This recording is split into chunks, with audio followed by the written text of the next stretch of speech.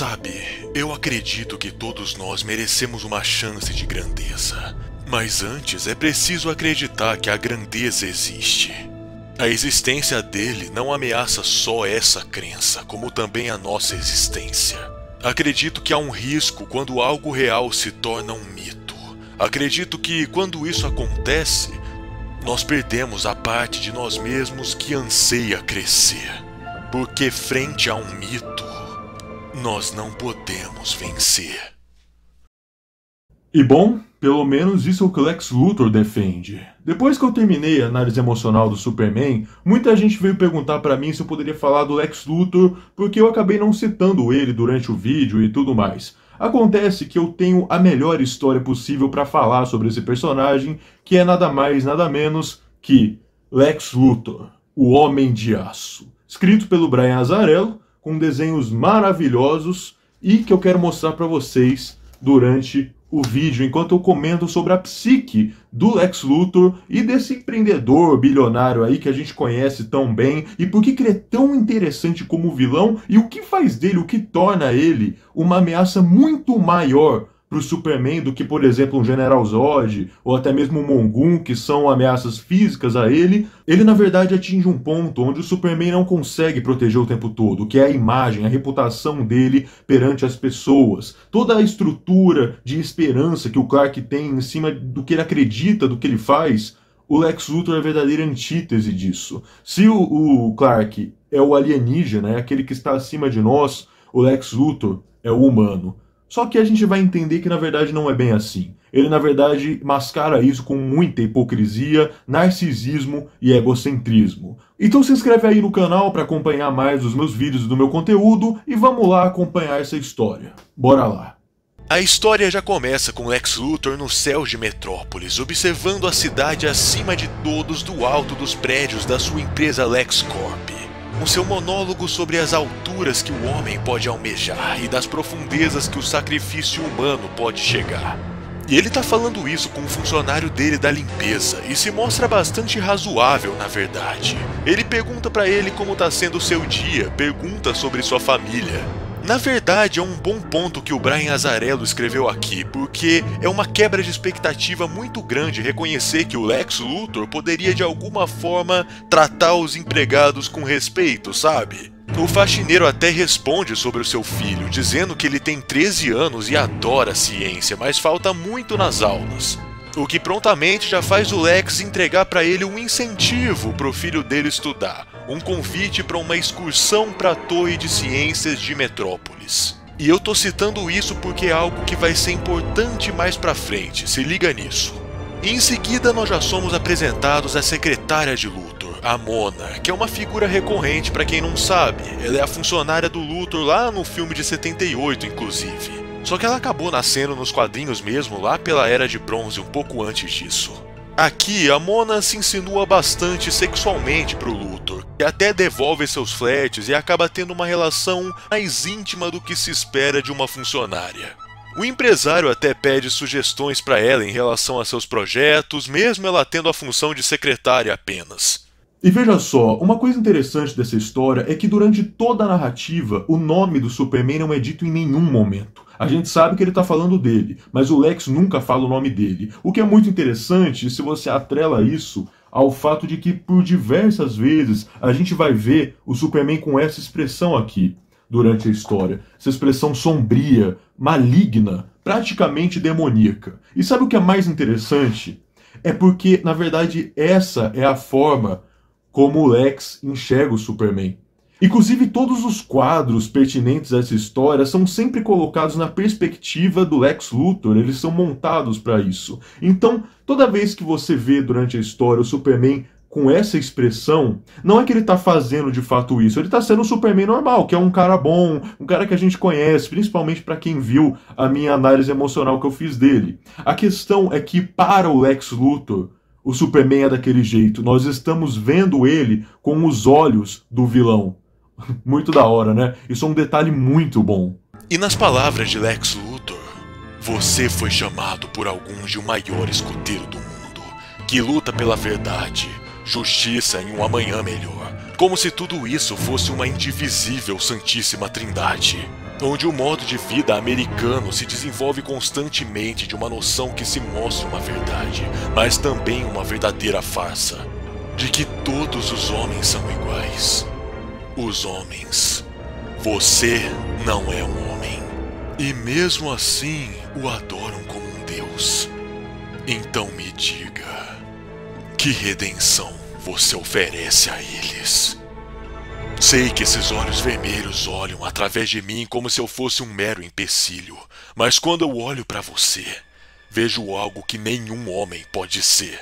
Vejo o fim de nosso potencial, o fim de nossas realizações, de nossos sonhos. Você é o meu pesadelo. Mas mesmo olhando para você, o abismo, acredite, eu não tenho medo. Pois por mais que você tenha, eu tenho mais. Tenho esperança. E depois disso, na história, já corta pro Lex Luthor junto com a secretária dele, indo em direção ao laboratório secreto, o qual ele contrata vários cientistas para fazer uma androide. Sim, a androide que ele queria tanto que fosse a meta-humana pública que substituísse o lugar do Superman em Metrópolis. E veja que logo de cara o Lex já faz promessas para ela, já trata ela como se ela fosse alguém muito próxima dele, muito íntima, com muitos sentimentos atrelados a isso. Porque essa androide, ela é um ser humano praticamente, ela é senciente, ela tem sentimentos, ela pensa, raciocina por ela mesma, é praticamente como os androides 17, 18 do Dragon Ball, lembra? Então, é dessa forma, e essa personagem vai ser muito interessante porque vai ser o ponto de cognição do Luthor em relação à humanidade dentro do plano dele que a gente vai acompanhar durante tudo isso. Afinal, ele já vai mostrando para o povo, para a população de Metrópolis, para a imprensa, para o Planeta Diário que está cobrindo todo o evento, que na verdade o nome dessa androide se chamaria Esperança. E a hora de mostrar ela para o mundo é justamente o momento em que o Lex entende que ele precisa fazer a diferença, que ele poderia ocupar um lugar que não era do Superman. Mas a gente já vai entender isso, porque à medida que a Esperança vai ganhando popularidade, a gente vai percebendo que o Lex não tinha exatamente esse plano. Ele tá muito bonzinho, né? Mas não se preocupa não que essa teia de emaranhados logo vai se desenvolver e a gente vai entender o que ele queria com tudo isso. A começar que a secretária Mona começa a sentir ciúmes envolvendo a intimidade que o Luthor tá tendo com a Esperança, o que acarreta nele humilhando ela, em uma discussão que acarreta na secretária pedindo demissão, e que pro Lex não tem problema porque a Mona já cumpriu a função dela, afinal de contas. Enquanto isso, entra em cena o Homem Brinquedo, que é um vilão do Superman que muita gente deve conhecer do Animated Series ou da série animada da Liga da Justiça, mas... assim, galera, o Homem Brinquedo é um pedófilo, tá? Eu sei que muita gente não sabe porque obviamente que a série não ia falar sobre isso, mas o lance desse personagem é que ele é pedo e infanticida ao passo de que todas as suas armas que ele cria são relacionadas com brinquedos. E nós vemos um capanga criminoso oferecendo muita grana para ele fazer um trabalhinho, falando que seu chefe queria aquilo com algumas condições e tal. E enquanto Esperança era querida, fazia sucesso nos programas de TV e considerada a heroína da cidade, uma tragédia acontece e a Torre da Ciência explode, causando assim um alvoroço em pleno dia de excursão e matando várias crianças no processo. As câmeras de segurança e as apurações apontam que foi o Homem Brinquedo que explodiu a torre com um dos seus ursos-bomba. E não são só os pais das crianças que estão em choque com aquilo, como em apenas algumas horas Metrópolis quer a morte do Homem Brinquedo, que está sendo caçado pela polícia e pelo povo. Em ondas de revolta, no começo a Esperança reluta em ir lá, mas o Lex continua sugestionando ela através de sentimentos, e dessa vez de fato consumando tudo aquilo, dizendo que a amava e então indo pra cama com a Esperança, que é uma androide senciente, mas enfim. Mesmo depois da transa, o Luthor continua sugestionando ela, a encorajando pra ir lá e fazer algo que nunca havia feito antes, tirar uma vida. A vida do pedófilo. Enquanto ela vai, nos é revelado finalmente o plano do Lex, que vai se desenrolando como navalha, cortando tudo ao redor. O homem que ofereceu dinheiro para o Homem Brinquedo explodir a torre era a capanga do Luthor, E ao que fica entendido pela conversa deles, não tinha como o Luthor fazer um negócio desses e deixar uma testemunha viva para contar a história. Assim, um assassino de aluguel mais discreto já se encaminhava para apagar o cara que fez o serviço. Como ele mesmo diz, eu não posso mudar a cor da grama, mas eu posso mudar a maneira como a cor é percebida, não é mesmo? O Homem-Brinquedo até então era considerado um monstro pedófilo, então ninguém jamais sentiria pena por ele, principalmente depois do que ele fez hoje. A cidade o teme e, apreensiva, observando dos noticiários e suas televisões, anseia por uma coisa: justiça. E é nessa parte que Esperança sobe com ele até o céu e o joga de lá de cima para morrer. Uma justiça que, no último momento, é arrancada da população. O Superman é muito forte, é verdade, mas ele é previsível. É claro que ele salvaria o pedófilo na frente de todos, e isso o tornaria cúmplice aos olhos do povo, fazendo então a Esperança lutar contra ele, a tornando a heroína que anseia por justiça querendo matar o pedófilo. É uma vida que só o Superman iria defender nesse momento. E Esperança, do alto dos céus e ao lado dos edifícios após tomar um golpe do Superman, é desorientada pelo seu sistema de autodestruição, que ela nem sabia que tinha, mas que Lex fez questão que fosse implantado nela. E na frente de todos, aos olhos do povo, derrubando o edifício ao seu lado, a Esperança é destruída, arrancada da população e do mundo.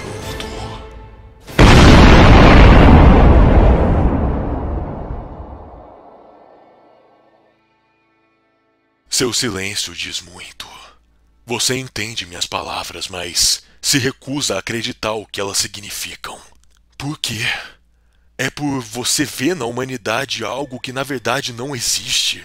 Ou por ser cego ao que realmente existe? Eu não tô sozinho. Eu tenho 6 bilhões de pessoas ao meu lado. E só existe um monstro como você. E podemos acuá-lo de volta às trevas de onde você veio.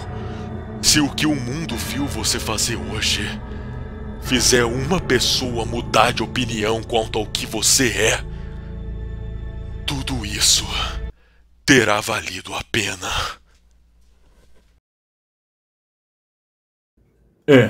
Pois é.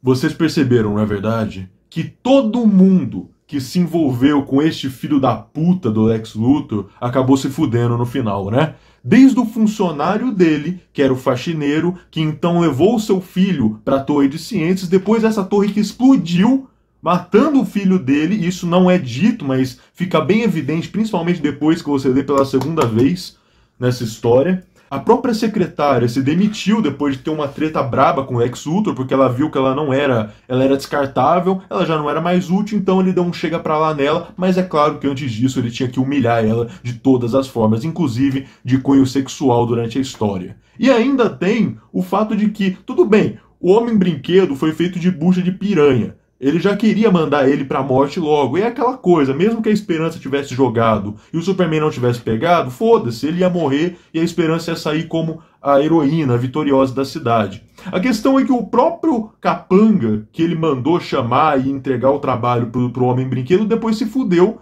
Depois o Lex, como vocês viram, colocou um outro cara pra matar ele. E no fim de tudo, que foi o pior, isso foi o mais filho da puta de todos, o Lex matou aquela que ele dizia que amava, que era a Esperança, a androide que estava aprendendo a ter sentimentos, ou seja, um alvo fácil emocionalmente, e o Lex Luthor não teve nenhum pudor para matar ela e explodir ela em cima do Superman, fazendo com que o edifício caísse e então o Superman levasse a culpa.